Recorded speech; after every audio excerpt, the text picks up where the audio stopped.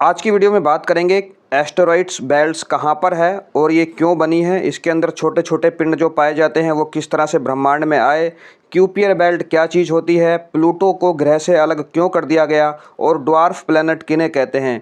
तो चलिए, मेरा नाम है अरुण कुमार और आप देखना शुरू कर चुके हैं T2 क्लासेस।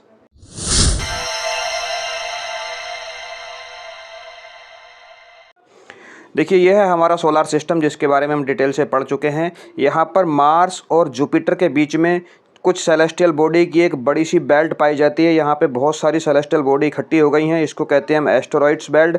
उसी तरह से जो नेपच्यून है हमारा प्लेनेट, लास्ट सबसे अंतिम ग्रह, उसके बाद में भी छोटे छोटे और बड़े बड़े मिलके जो यहाँ पे सेलेस्टियल बॉडी हैं उनकी एक बहुत बड़ा झुंड सा पाया जाता है जिसको हम कहते हैं क्यूपियर बेल्ट। तो क्यूपियर बेल्ट और एस्टेरॉइड्स बेल्ट के बारे में जानते हैं। साथ ही हम जानते हैं जो ड्वार्फ प्लैनेट हैं, ड्वार्फ प्लैनेट मतलब बौने ग्रह जो हमारे सौर मंडल में है। जैसे आप यहाँ पे देख सकते हैं सिरिस, इधर देख सकते हैं एरिस, यहाँ पे है प्लूटो, यहाँ पे है हर्मिया और ये मेक जो 5 बौने ग्रह हैं। इन्हें बौने ग्रह क्यों कहा जाता है और बौने ग्रहों से छोटे होने वाले पिंड को, खगोलीय पिंड जो हैं, उनको क्या कहा जाता है। तो चलिए शुरू कर लेते हैं वीडियो को बिना किसी देरी के। देखिए, क्यूपियर बेल्ट जो है जिसके बारे में हम बात कर रहे हैं, मैं इस पेज को यहाँ पे उल्टा करके ऐसे रख लेता हूँ, आप समझ पाएंगे। क्यूपियर बेल्ट की हम बात कर रहे हैं, तो हम इस वाली बेल्ट की बात करना शुरू कर रहे हैं अभी।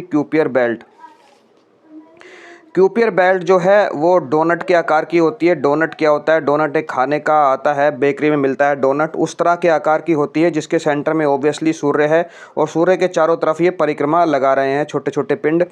और region located beyond the orbit of the Neptune. Neptune जो ग्रह है, नेपच्यून के ऑर्बिट के बाहर 30 से 55 AU का मतलब होता है एस्ट्रोनॉमिकल यूनिट, यानी पृथ्वी और सूर्य के बीच की जो औसत दूरी है उसे 1 AU कहा जाता है, एस्ट्रोनॉमिकल यूनिट। तो ऐसी 30 से 55 एस्ट्रोनॉमिकल दूरी पर ये क्यूपियर बेल्ट पाई जाती है। कहाँ पर? नेपच्यून ग्रह से भी 30 से 50 एस्ट्रोनॉमिकल यूनिट पर, मतलब नेपच्यून के भी बाहर 30 से 50 AU में क्यूपियर बेल्ट पाई जाती है। इस क्यूपियर बेल्ट में क्या है? तो इस क्यूपियर बेल्ट में छोटे बड़े आकार के फ्रोजन मेटल्स के बने हुए पिंड हैं, सेलेस्टियल बॉडी हैं। विशेष रूप से वहाँ पे आप पाएंगे बर्फ़ के रूप में मीथेन के, अमोनिया के और पानी के बने हुए पिंड हैं। उनमें मेटल भी पाई जाती है, सभी के सभी फ्रोजन रूप में पाए जाते हैं। वो है क्यूपियर बेल्ट। कैसे आकार की मैंने आपको बताई? डोनट के आकार की बताई है। It contains 100 of icy bodies and trillions of comet. जो कॉमेट मैंने आपको लास्ट वीडियो में पढ़ाया, वो मैंने आपको बताया था, जो कॉमेट है वो क्यूपियर बेल्ट से निकल के बाहर आते हैं। जब वो क्यूपियर बेल्ट से सूर्य की तरफ आते हैं तो क्योंकि वो आइसी हैं, फ्रोजन है, उनके अंदर मिथेन, अमोनिया और वाटर है, और इन सभी चीज़ों को अगर आप गर्म करेंगे तो एक भाप के रूप में वो बाहर निकल जाएंगी। तो जब कॉमेट हैं क्यूपियर बेल्ट से निकल के सूर्य के पास में आते हैं, उनका टेम्परेचर बढ़ता है तो उनसे मीथेन, अमोनिया और वाटर पीछे की तरफ निकलता हुआ दिखाई देता है पूंछ के रूप में। इसीलिए उनको धूमकेतु या पुच्छल तारा कहा जाता है। ये सभी क्यूपियर बेल्ट में पाए जाते हैं। दीज आइसी बॉडीज, ये बर्फीले आकार की जो संरचनाएं हैं, called Kuiper belt object are remnants of the formation of the solar system. Solar system जब बना तो उसके कुछ अवशेष बच गए, वो अवशेष इस क्यूपियर बेल्ट में पाए जाते हैं। ठीक है, डोनट आकार की इसकी शेप होती है, मैंने बता दिया। So far 5 dwarf planet have been discovered. इस क्यूपियर बेल्ट में जो धूमकेतु रहते हैं और बहुत सारे छोटे बड़े पिंड रहते हैं, इसके अलावा कुछ अब तक 5 ड्वार्फ प्लैनेट भी खोजे जा चुके हैं। ड्वार्फ प्लैनेट का मतलब होता है बौने ग्रह। बौने ग्रह, सबसे पहले तो हम जानते हैं कि ग्रह और बौने ग्रह में अंतर क्या है। ग्रह किसे कहते हैं, बौना ग्रह किसे कहते हैं। तो देखिए, जो हमारी इंटरनेशनल एस्ट्रोनॉमिकल यूनियन है IAU, उसके हिसाब से एक ऐसी संरचना जो इन 3 चीज़ों को पास कर देती है वो ग्रह कहलाती है। क्या 3 चीज़ें हैं ये? क्या 3 हमारी रूल्स हैं? ऑर्बिट अराउंड द सन, पहली बात है कि सूर्य के चारों तरफ घूमता हो, जो सूर्य के चारों तरफ घूमता हो। Sufficient mass to assume hydrostatic illumination, मतलब उसका कम से कम इतना मास, इतना वजन जरूर होना चाहिए कि वो ऑलमोस्ट राउंड शेप का आकार प्राप्त करने में सफल हो पाए। इतना वजन होना चाहिए, हाइड्रोस्टैटिक इक्विलिब्रियम मेंटेन करने में सफल हो पाए वो पिंड। और तीसरी बात है, it has cleared the neighbour around its orbit, इसके ऑर्बिट के आसपास में जो चीज़ें हैं उन सब चीज़ों को अपने ग्रेविटेशनल फोर्स के कारण या तो अपने पास में खींच ले या वहाँ से निकालकर बाहर फेंक दे। अदर देन, अगर उसके कुछ सैटेलाइट हैं, उसके कुछ मून हैं, तो मून वहाँ पे रह सकते हैं, इसके अलावा वहाँ पे कुछ नहीं रहेगा। या तो वो चीज़ें अपने उसके ग्रेविटेशनल फोर्स के कारण बाहर फेंक दी जाएंगी या उसकी बॉडी के ऊपर खींच ली जाएंगी। अब इन तीनों परिभाषाओं को, तीनों कंडीशन को जो पूर्ण कर देता है वो ग्रह कहलाता है। एक सीधी सीधी परिभाषा, सीधी सीधी लाइन जो जनरली होती है कि ग्रह का खुद का प्रकाश नहीं होता है, वो दूसरे प्रकाश से चमकता है, तो नॉर्मल सी बात है। तो इन तीनों परिभाषाओं को पूर्ण करने वाले ग्रह कहलाते हैं। अब इन तीन परिभाषाओं को पूर्ण करने वाले हमारे ब्रह्मांड में 8 ही ग्रह हैं। कौन कौन से हैं वो? यहाँ पे हमारा बुध है, बुध यानी हमारा जुपिटर है, सैटर्न है, यूरेनस है, नेपच्यून है। इधर आप आएंगे अंदर की तरफ तो मार्स मिलेगा, अर्थ मिलेगा, वीनस मिलेगा और मरकरी मिलेगा। ये 8 ही ऐसे पिंड हैं जो इन तीनों परिभाषाओं को पूर्ण कर पाते हैं।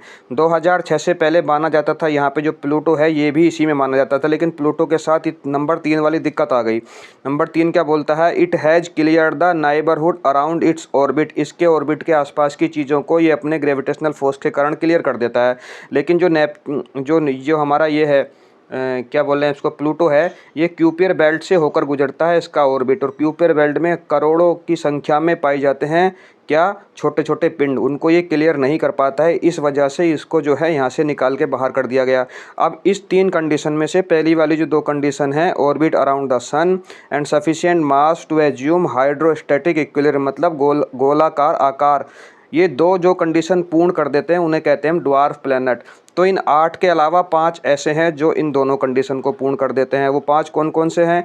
तो 4 तो क्यूपियर बेल्ट में हैं। कौन कौन से हैं 4 क्यूपियर बेल्ट में? ये प्लूटो है, ये मेक है, ये है होमिया और ये है इरिस, होमिया, मेक और प्लूटो। 4 तो ये जो पहली 2 कंडीशन को पूरा कर रहे हैं, इसलिए इनको ड्वार्फ प्लैनेट कहा जा रहा है।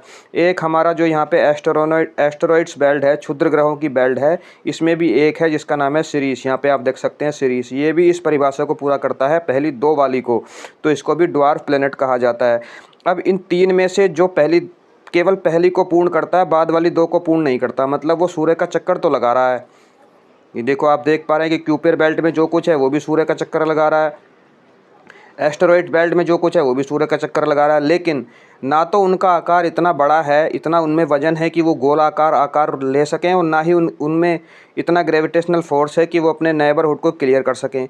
तो केवल वो एक ही कंडीशन को पूरा कर रहे हैं, ऑर्बिट अराउंड द सन। तो जो ऐसी चीज़ें होती हैं जो सूर्य के चारों तरफ घूमती हैं उन्हें कहते हैं क्षुद्र ग्रह, एस्टेरॉइड्स। तो आई होप आप एस्टेरॉइड्स, ड्वार्फ प्लैनेट और प्लैनेट में अंतर समझ पा रहे होंगे।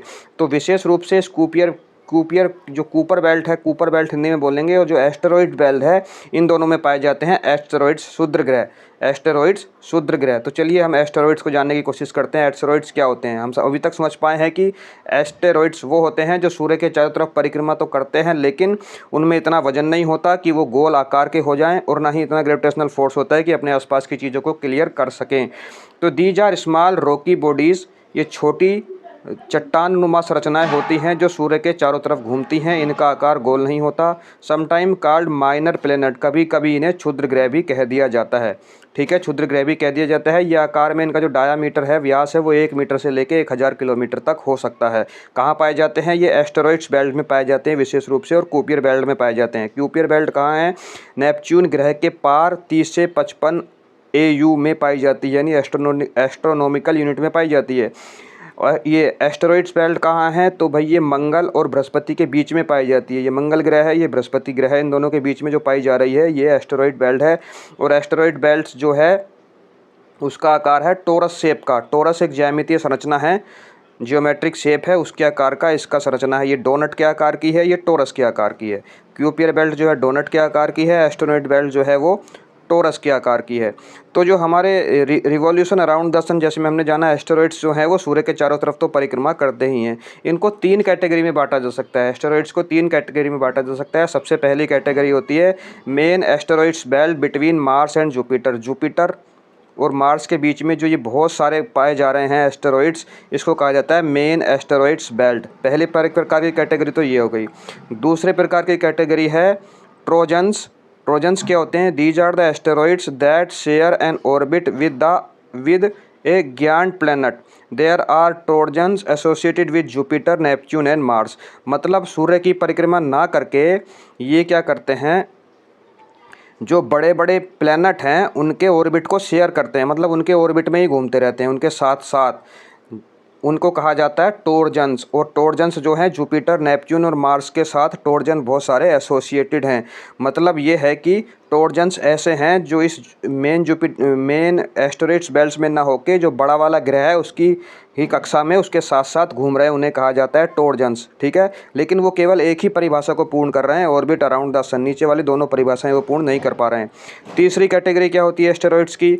नियर अर्थ एस्टेरॉइड्स, मतलब अर्थ के आसपास के asteroids. These are asteroid that orbit close to the earth, मतलब पृथ्वी के आसपास भी कुछ ऐसी संरचनाएं हैं जो सूरज का चक्कर लगा रही हैं, छोटे मोटे आकार की, इनको कहा जाता है नियर अर्थ एस्टेरॉइड्स। तो हमने देखा एस्टेरॉइड्स की 3 कैटेगरी होती हैं, एक तो मेन क्यूपियर बेल्ट में पाए जाने वाले एस्टेरॉइड्स, दूसरे ट्रोजन्स, और तीसरे जो होते हैं वो नियर अर्थ एस्टेरॉइड्स होते हैं। और जो सबसे बाहर वाले होते हैं उनको तो क्यूपियर बेल्ट अलग से नाम दिया ही गया है। क्षुद्र ग्रह हमने यहाँ पे जाने, और ड्वार्फ प्लैनेट जाने। ड्वार्फ प्लैनेट 5 हैं। कौन कौन से हैं फिर से हम उनका नाम याद रखेंगे? प्लूटो, मेकमेक, हुमिया एंड इरिस, और यहाँ पे इसमें है सीरीस। और इन ड्वार्फ प्लैनेट में सबसे बड़ा ड्वार्फ प्लैनेट जो है वो कौन सा है? प्लूटो। प्लूटो जो कभी प्लैनेट होता था, दिसंबर 2006 के बाद उसको इंटरनेशनल एस्ट्रोनॉमिकल यूनियन ने बाहर कर दिया हमारे ग्रहों से। हमारे ग्रह 9 से हो गए 8, और सबसे बड़ा ड्वार्फ प्लैनेट यानी सबसे बड़ा बोना ग्रह बन गया प्लूटो। तो आई होप वीडियो आपको अच्छी लगी होगी। मिलते हैं ऐसी किसी अगली वीडियो में। जय हिंद, जय भारत।